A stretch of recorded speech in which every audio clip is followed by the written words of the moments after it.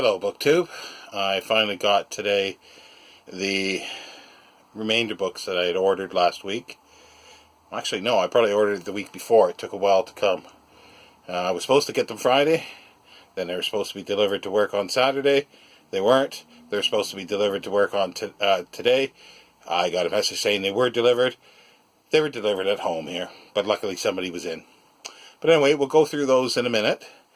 And I also got 3 used books that I had ordered as well. The first one is the letters of Ted Hughes.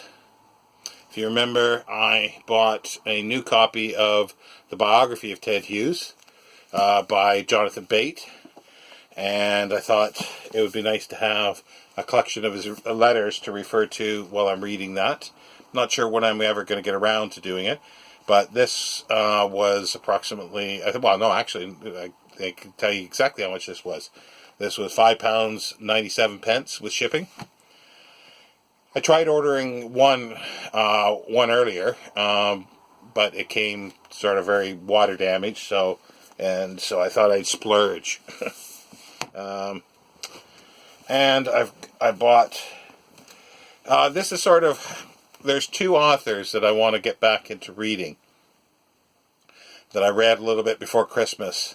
There's Kingsley Amis, which really spurred me on seeing Steve Donahue's The Big Biography, which I've got, and I want to get the collection of letters as well, but I also want to read his fiction again, because I read a couple books before Christmas, and I've forgotten how much I really enjoy him. The other author, in the same sort of way, is Evelyn Waugh. And this is the letters of Evelyn Waugh. And this is 1980. Edited by Mark Amory. Weidenfeld and Nicholson. I think it's 1980. Yes, 1980. There are several collections of his letters to different people. There's one called Stitch that I remember, and there's one that I'm hoping it's the correspondence back and forth with Nancy Mitford, and I'm hoping it's both sides of the correspondence. So that should be interesting. Because I just want to start reading his books again. I want to get his large volume of essays and the other letter volumes that I can locate. There is a complete Evelyn Waugh coming out by Oxford University Press. It's going to be probably close, if not tipping 40 volumes. The one volume is out that is, I think it's I'm not sure if it's a complete essays, it's complete prose. I don't think it even is close to that, because unless they don't count his diaries.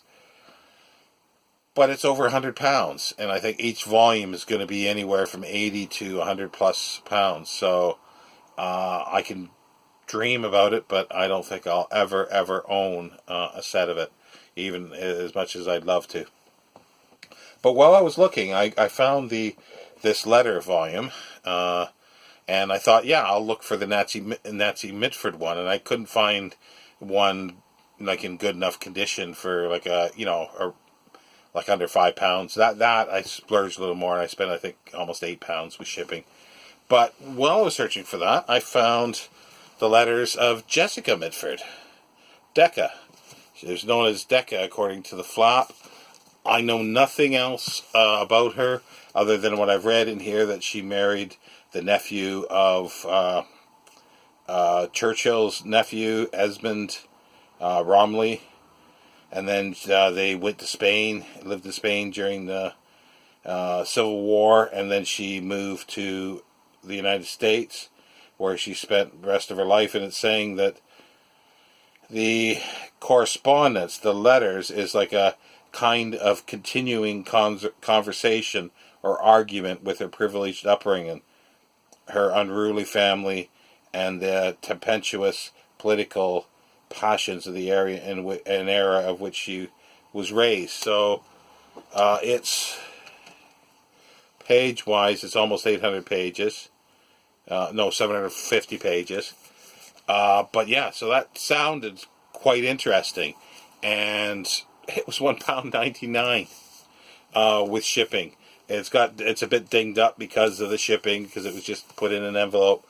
But for £1.99, I couldn't pass that up. I would have grabbed that off the shelf anywhere for £2. Now to the remainders. There's a few to go through here.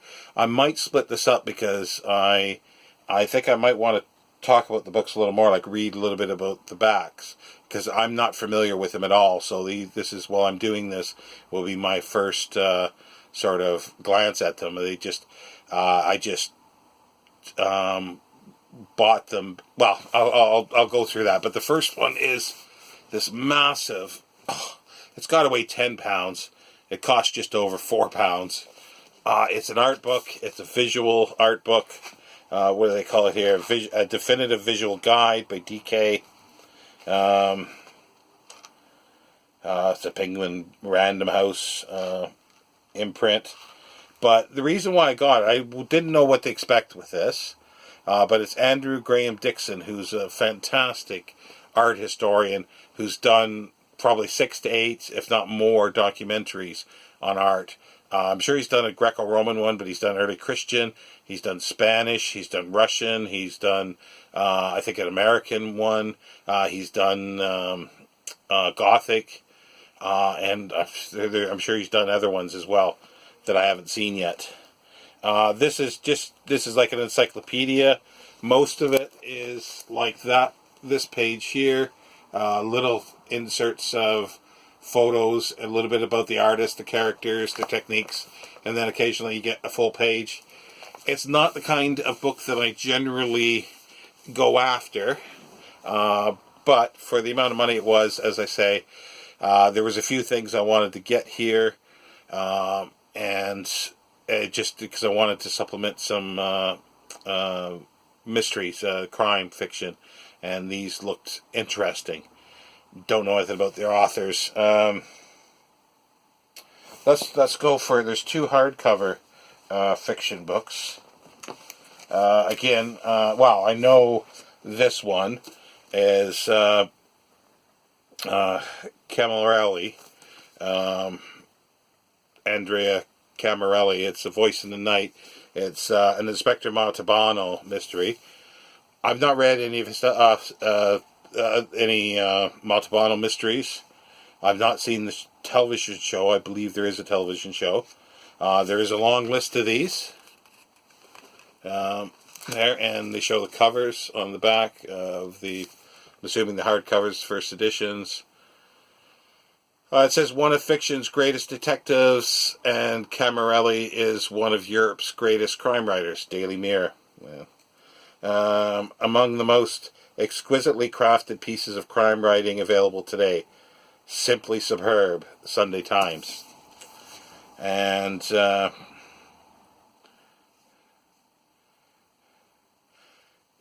yeah, so it looks, it's, I don't know which number it is. It's published by Mantle, translated by Stephen Sattarelli.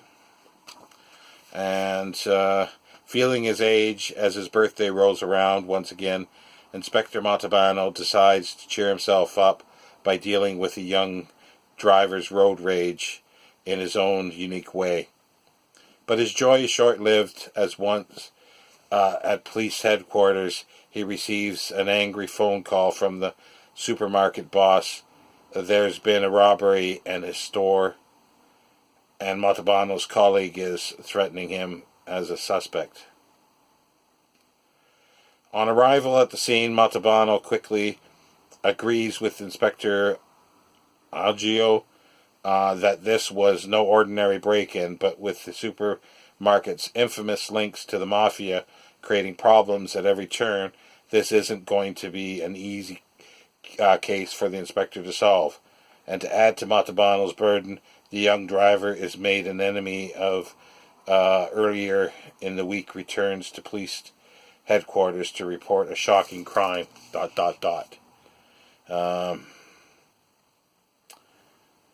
Yeah, it says Andrea Camarelli is one of Italy's most famous contemporary writers. The Inspector Montalbano series has been translated into 32 languages and was adapted for Italian television, screened on BBC4. The Potter's Field is the 13th book in the series. This is not The Potter's Field. This is A Voice in the Night. So I don't know what number this is. But yeah, so I'm familiar with the character, but not intimately in reading. So that should be interesting. This one here is a more... It looks like a more serious novel. Well, meaning not crime. I guess not crime. I didn't think I had heard of the writer. I didn't connect the name. Essie Edigoyen. Edigoyen, I guess it is. Edigoyen. It's called Washington Black.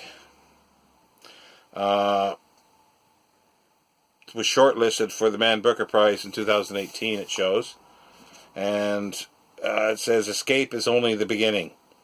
When two English brothers take the helm of a Barbados sugar plantation, Washington Black, an 11-year-old field slave, finds himself selected as personal servant to one of these men. To his surprise, the eccentric Christopher Titch Wilde is a naturalist, explorer, inventor, and abolitionist, and he wants Washington to help him create the perfect aerial machine. But Titch's plans are soon shattered, and Washington is plunged into mortal danger. They escape the island and embark on a strange, life-altering journey. And when Titch disappears, Washington must make his way alone, following the promise of freedom further than he ever dreamed possible. From the blistering cane fields of Barbados to the icy waters of the Canadian Arctic, from the mud-drowned streets of London to the eerie deserts of Morocco, Washington Black teems with all the strangeness and mystery of life. This is an extraordinary tale of a world destroyed and a search to make it whole again. And then I looked at the cover, the back flap of the author, Half-Blood Blues. That rings a bell somehow, but that's about it. And she actually lives in Victoria, BC, Canada, because it mentions that she's won the Governor's General Award. Now, let's go through some of this fiction. They wrap up. I've already opened these, but they wrap up books, a number of books, and they sell them for a price, a given price. This is Anne Granger. It's a Campbell and Carter mystery, and there's 1, 2, 3, 4, 5, 6 of them. And this, with the discount and everything that I got, was probably £2.50 at most. And they're set in the Cotswolds. I think these are the Cotswolds. Yeah, these are set in the Cotswolds. This one's An Unfinished Murder. Mitchell and Markby come out of retirement to crack a cold case. And as children, Josh Browning and his sister, Dilys, stumbled across a dead body while playing on the outskirts of their Cotswold village. Terrified by what they'd seen, neither of them told a soul. Now 20 years later, and that's where the story, I guess, begins. I've not heard of this author. Again, it's like, they look like the cozy mystery type ones that I do like. And I just like the covers. So for £2.50, I thought it was worth taking a gamble and buying the collection. Here's another one, Rooted in Evil. A man lies dead in a Cotswold wood. Can a clever killer outwit the police? Another Campbell and Carter mystery. They're all done by Headline, publisher. And Again, just lovely covers. When the body of a man with his brains blown out is found in a Cotswold wood, it looks like suicide. But looks can be deceptive, and it doesn't take long for the police to identify that there's more to the case than meets the eye. So,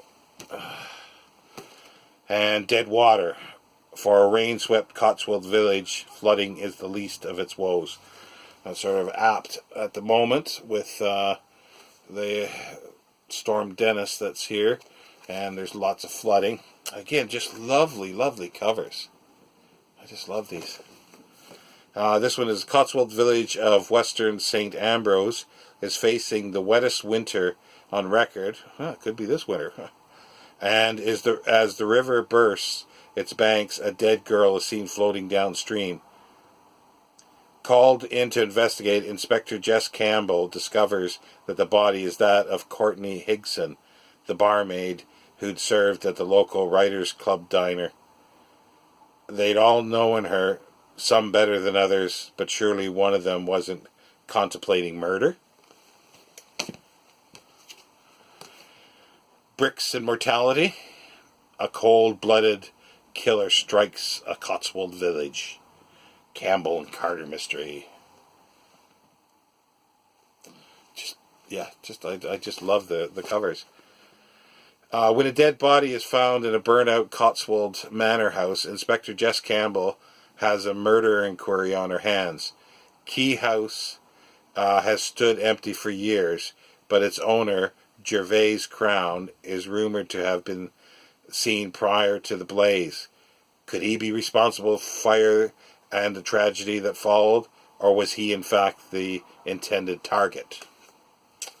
And yeah, these are all sort of late 2000, like 2010, 12, 13. All headline publications. This one's Rack, Ruin, and Murder. A dead body shatters the tranquility of a Cotswold village. And again, just lovely, lovely covers. When old Monty Bickerstaff finds a dead body in his drawing room, it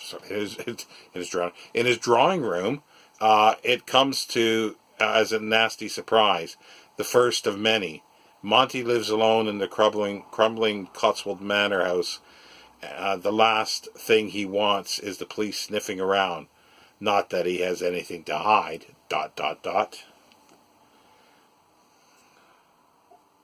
Yeah, just this praise for Anne Granger's previous novels. Well plotted, chilling, and highly enjoyable. Good book guide. Characterization, as ever, with Granger is sharp and stringent. The Times.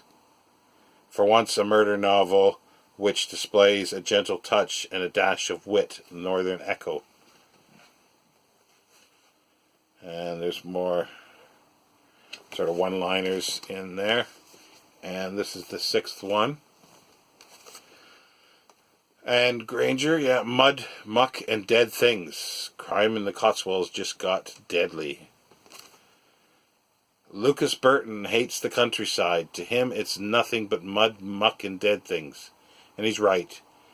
When he turns up at a deserted farm in the middle of nowhere, hoping to conduct a business deal, he stumbles across the body of a girl.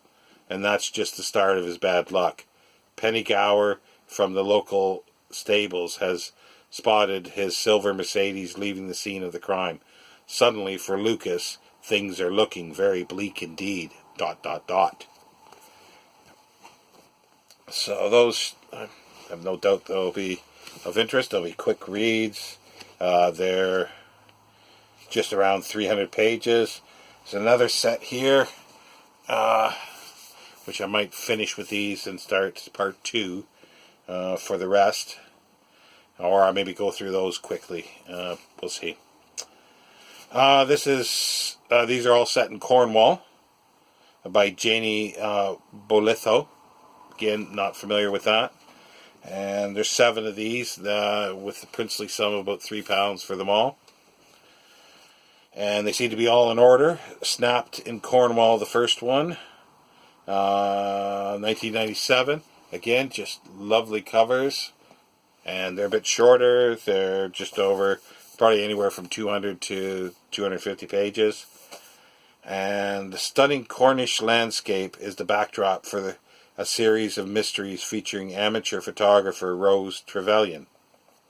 Rose Trevelyan had only met Gabrielle Milton once, but felt they might become good friends. She was delighted, therefore, to receive an invitation to the Milton's party, where the wine flowed freely and a good time was being had by all. That is, until Gabrielle's crumbled, lifeless body was found underneath a balcony. Framed in Cornwall. Again, it's roughly the same page count. Yeah, just 250.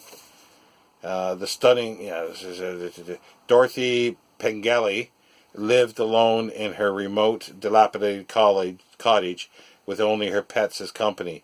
When her old friend Rose Trevelyan calls around to visit and finds Dorothy dead, she is devastated. And when Rose learns that it wasn't a heart attack, but a case of suicide, her suspicions are immediately roused. Dorothy would never have killed herself, but would anyone have the motive to murder her? Buried in Cornwall. After the death of her husband, Rose Trevelyan lives peacefully in Cornwall, working as an artist and photographer. But when she hears terrified screams as she paints the rugged Cornish countryside, and a local woman is reported missing, Rose finds herself suddenly caught at the center of a police investigation with so many people who trust her. Rose is reluctantly at times privy to the secrets of many. When the things she is told in confidence appear connected to the investigation, Rose must decide how far the bonds of friendship reach. Betrayed in Cornwall. And it just goes around to the back. Painter and photographer Rose Trevelyan is not too concerned when her friend Etta does not turn up at the opening of her exhibition. But when she hears the following day that a young man fell off the cliff in suspicious circumstances, events take a darker turn. The police believe drugs were involved in the death, but Rose knows better. As she starts to make connections with the help of D.I. Jack Pierce, things begin to go terribly wrong. Plotted in Cornwall. Again, just gorgeous covers. And these are published by, I didn't say that, Allison and Busby Limited.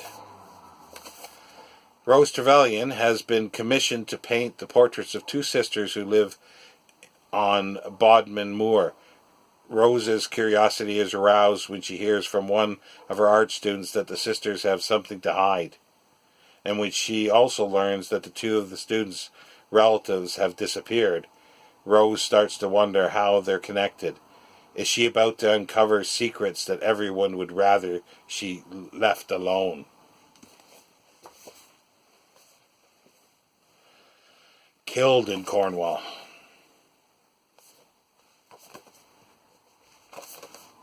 D.I. Jack Pierce is investigating a series of burglaries and brutal attacks on young women which has broken out in Cornwall. Once again, his on-off girlfriend Rose Trevelyan finds herself at the heart of the investigation. With her intimate knowledge of the private lives of those connected to the case, Rose must work hard not to jump to conclusions about her innocence of those she knows. As the crimes become more serious, both newcomers to the area and familiar faces become suspects. But who should Rose and Jack believe? Caught out in Cornwall. Lighthouse. When Rose Trevelyan sees a young girl being carried away by someone who appears to be her father, she thinks nothing of it. Until, that is, the appearance of a frantic mother who cannot find her child. Beth Jones is only 4 years old, and her mother is adamant that the man Rose saw taking her away must be a stranger. Racked with guilt for not intervening, Rose once again finds herself entangled in a criminal investigation. This time, as time passes, it becomes clear that the chances of getting Beth back unharmed are very bleak indeed. So yeah, thought I'd go a little more in depth on those because they just sort of look wonderful. And I don't expect them to be anything spectacular. Sounds like, your typical plot lines. But now let's go to the other ones here, just to go through these quickly. David Attenborough, Further Journeys to the Other Side of the World, Further Adventures of a Young Naturalist. Pig, Tales from an Organic Farm. I seem to have a small collection now of pig books. I think I got 3 or 4. One, A History of Pigs, somewhere, and Pigs in Literature. And people who are P.G. Wodehouse fans will know The Empress. This is Volume 5 of Peter Ackroyd's History of England. I've got Volume 1, and this, again, these were just relatively so cheap that I thought I'd get it because I do want to get the whole series at some point. Now, this is an interesting one, and I've got multiple copies of this. Chilton's in the United States is a car manual book, but they also published Dune in the 60s. 67? Can't remember off the top of my head, or 64. But anyway, here in the UK, there is Haynes, which do the same thing. Not the Dune part, but the publication of manuals. But they also publish manuals for odd things like the rocket, the first steam train, and other things like that. And this was on here, Klingon Bird of Prey. It's a manual how to fix the Klingon Bird of Prey. These turned out to be 60p each, and I had to make up 30 pounds, so I wound up getting 4 of the things. So I'll have to figure out what to do with the other ones. If anybody really wants one, do let me know, especially if they're in the UK. I don't know how much it'll be to send to the US, but I can definitely look into it. But yeah, if you've got a Klingon Bird of Prey sitting in your backyard and you need to do some mechanics on it, there you go. We got the Bird of Prey, the Owner's Workshop Manual. So anyway, that's the mail book haul that I got, and I did this in under 30 minutes because I can't do more than 30-minute videos on my phone. It dies at 30 minutes. So, yeah, if anybody is interested, like I say, I've got 4 of these, so do let me know, and I will look at the possibility of sending them, as long as you may have to wait a week or so before I can get around to doing that, but definitely I will look into it. I've got 3 of them, and I just don't know how much it would be. They're fairly light to send to the US, but if anybody is interested, do let me know. And have a good evening, BookTube.